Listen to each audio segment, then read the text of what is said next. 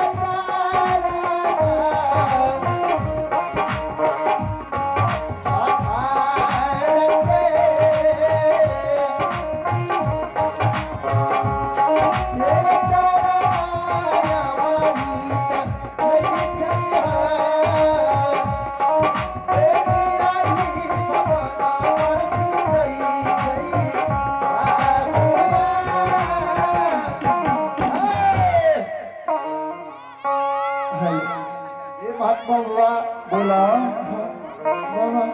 अपने ये लिए या कौन चीज भोजन करबे कहिए सरकार। हाँ हाँ नुनु हाँ बहुत नीक शब्द निकाले छी अपने मुखार बिंद से। जय जय साधु अहाँ के दरवाजा पर भोजन के वास्ते अपनी भोजन क्या रहे मांग रहा छियै। हाँ हाँ बोलिए सरकार। आई परम पिता परमात्मा तोरा हाथ से भोजन नहीं लिखैया, तोरा हाथ से भोजन नहीं लिखैया। क्या सरकार? तोरा माता पिता के हाथ से भोजन लिखै छ। हो बाबू हाथ से ही परम पिता परमात्मा भोजन लिखना रहना। तुरंत हार है तो दादू की कोई चीज भोजन करवा। लेकिन भगवान तोरा माता पिता के हाथ में भोजन लिखैया। बोला हमार माता पिता गरीबी जीवन से नाम नाम टाइम चिंता सुखे लगे छै।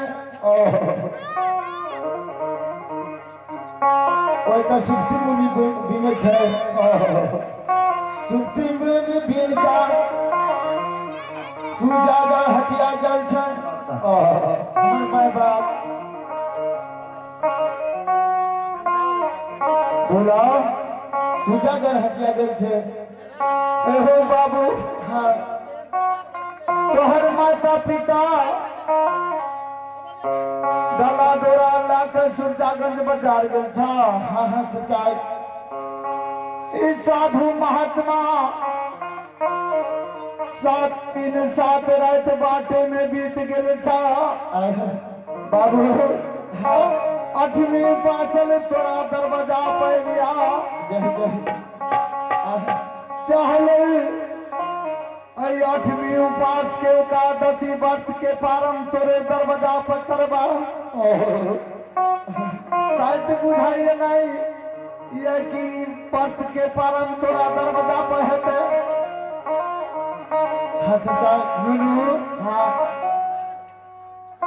ये तू जाने छा अगर एको गो साधु में से मर जता तोरा दरवाजा पर।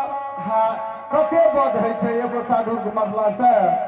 जते हिंदू धर्म में 7 गो का मरैया बध है उतने एगो साधु अगर भविष्य में मर गला तो उतने बध है। अच्छा तोहर माता पिता गंगा गान करता पीर साधु बध में छूटता बाबू जिंदगी में। रंगे बोलिए सरकार।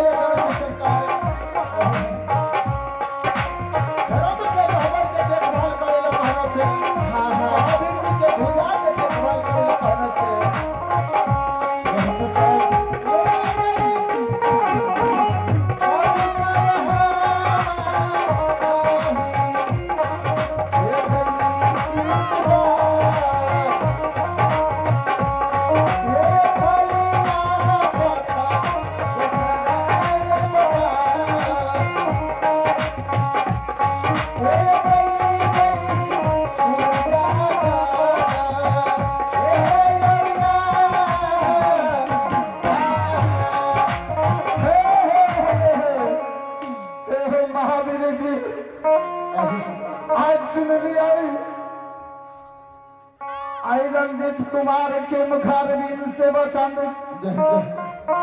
बोलैया कि हमर माता पिता 360 टाइम चीर कर सुखल देना छै ओकर ओगरवाही लगा के गेल छै। दूसरा नंबर में ई बाबा धर्मराज के गहवर में कोनो फटक के बारे में लागल छै यहो मत कुत्ता बिलाय के जाके ओगरवाही लगन या कि कुत्ता बिलाने जाना चाहिए। दोसर और तीसरा नंबर में ये महावीर जी के दहजादे फहरा रहल था पर कोनो चीज या कोनो पक्षी बैठ जेते टट्टी मैदान क्या देते झूठ भ जेते। तीसरा नंबर।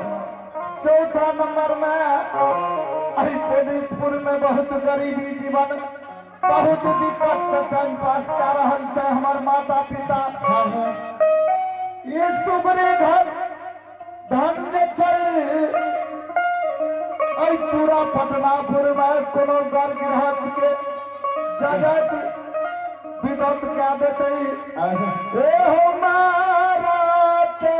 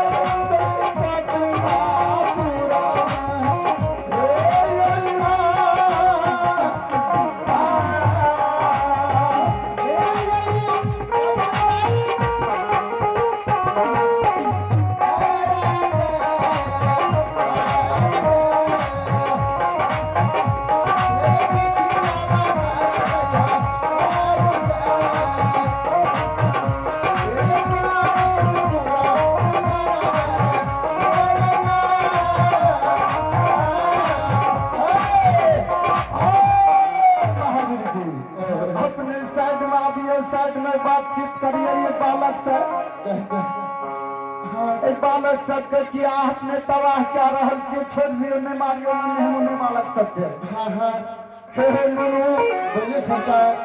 तू ही बताबा पहला नंबर है तोहर बाबा धर्मराज के गहवर के ओगरवाही करवा कुत्ता बिलाने जादवा। दूसरा नंबर ई महावीर जी के ध्वजा फहरा रहल छ बाबू पर कोनो चीज कौवा का टट्टी मैदान में करा दबा। तीसरा नंबर था 360 टन चीज का तोहर माता पिता सुखे न देना था से एको काम चोरी धाज तब तोरा डबल लगा कर दबा। चौथा नंबर ई पूरा पटनापुर पुलिस ग्राम में सुगरी धान जे छ ककरो हर फसल कभी जात नहीं करा दवा। तेरा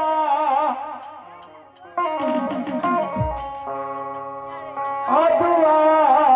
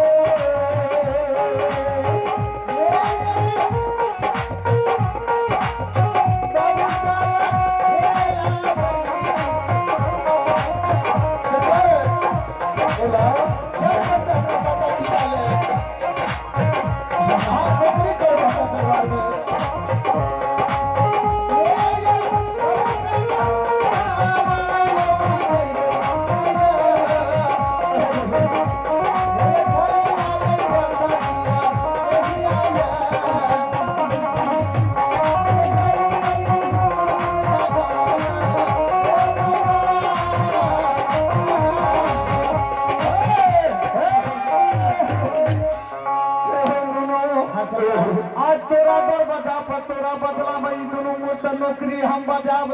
अच्छा तब तू अब जा सके छ न तू अपना माता पिता के बजा